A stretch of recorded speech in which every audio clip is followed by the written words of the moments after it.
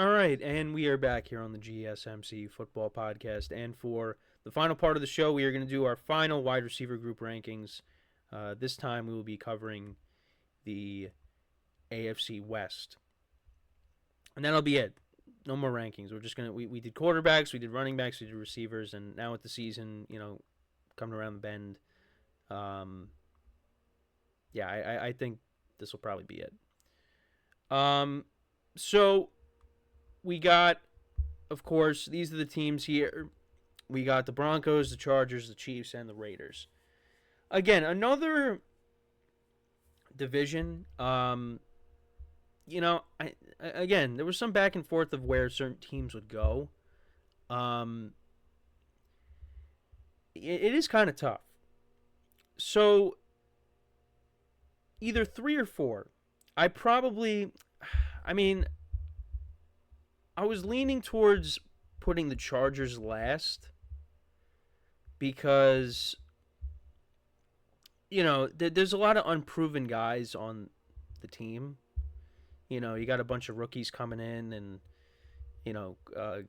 guys going into their second year that are coming off a disappointing performance. They signed DJ Chark. And then you got the Broncos. Look, I think Cortland Sutton right now, out of the receivers that, these two teams have, you probably rank him at the top because he is a proven receiver. And he's coming off of a nice season last year for the Broncos. But, they traded Jerry Jeudy. It's tough. So I would probably, like I said, I probably lean right now the Chargers. I put them last. And then I give the Broncos the respect because of Cortland Sutton. Last year, 772 receiving yards, 10 touchdowns, which was a career high for him. And obviously the Broncos were able to work things out with his contract. So with the Broncos depth chart, so Cortland Sutton you got at the top. You got Tim Patrick, Josh Reynolds, who's coming off of a nice season with the Lions, even though had some crucial drops in the championship game against the 49ers. But last year, 608 receiving yards and 5 touchdowns. So, one of those other options for Bo Nix. Tim Patrick, making his return.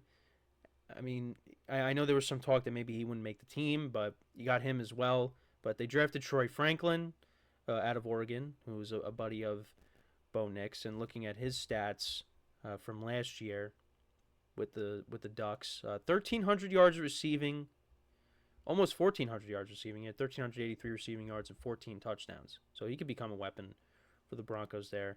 So, I would lean towards putting the Broncos over the Chargers. So I got the Chargers last, and then I got the Broncos at 3. Now, that doesn't mean things can't change. We'll see how the rookies are. McConkey, they also drafted Jerry Rice's son. Got DJ Chark. Like I said, can Quinn Johnson take that next step? Joshua Palmer's really like that only proven receiver on the team. Besides, I guess, DJ Chark, because DJ Chark's been around for a while, but, now he's with the new team. Joshua Palmer's been there. Again, I said it, I do wish that they tried to figure out a way to keep Keenan Allen, but that ended up not happening.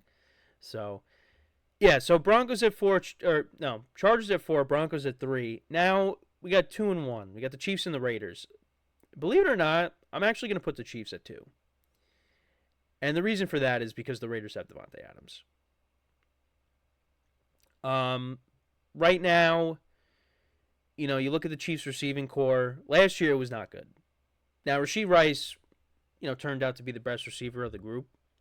Had a productive season. Really started to play well towards the end of the season and, played a huge part in the playoff run, of course. They did bring in Marquise Brown. They brought in Xavier Worthy. This receiving core is going to be much better than what it was last year. Now, Marquise Brown gets hurt first game of the preseason, so, his status right now is up in the air, but, whenever he does play, he's going to play a role on this team.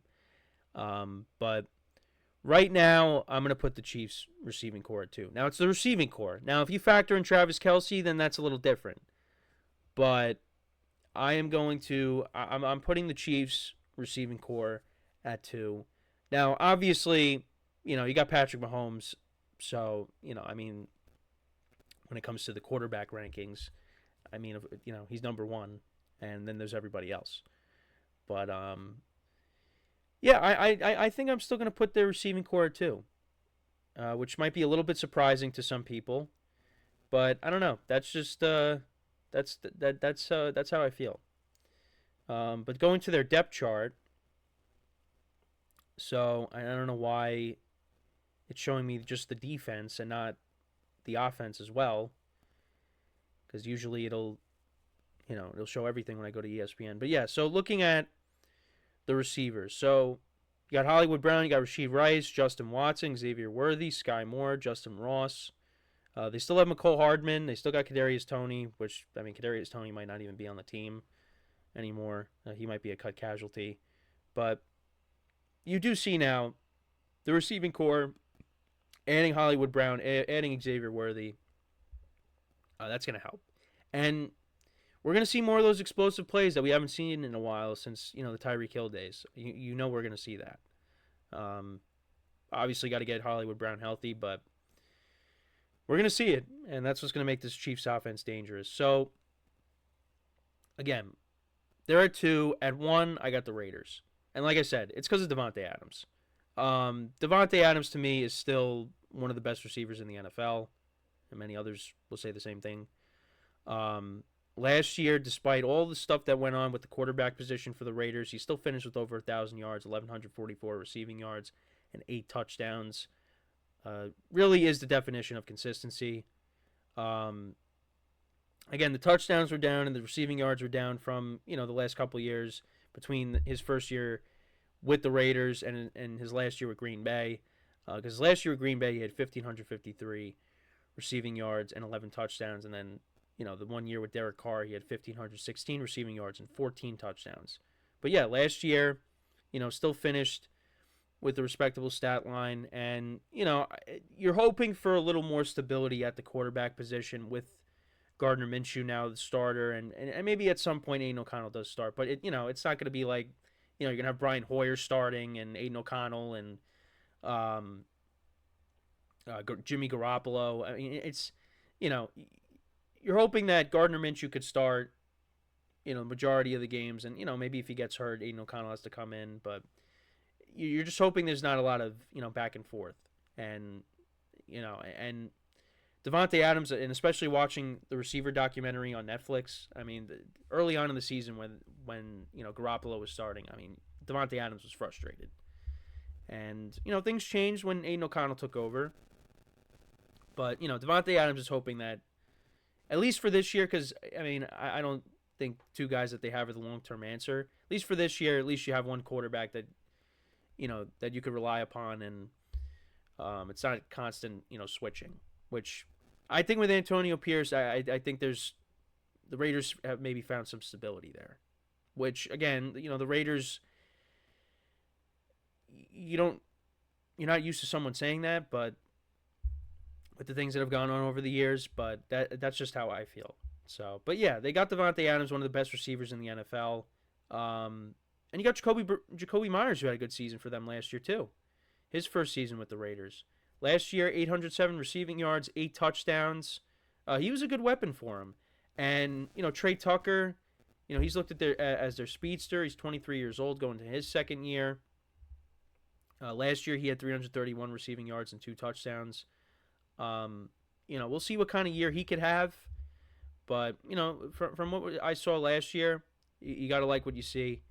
But, yeah, and then they got some other guys, Jalen Guyton, who played with the Chargers, Christian Wilkinson. I mean, there's some of these other guys, behind the top 3 that I'll be honest, I'm not too familiar with. They'd let go of Hunter Renfrow.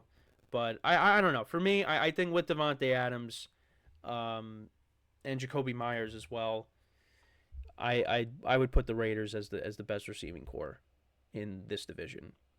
Now, we'll see how Xavier Worthy and Hollywood Brown do this year with Patrick Mahomes. Now, with Patrick Mahomes, it's obviously going to help.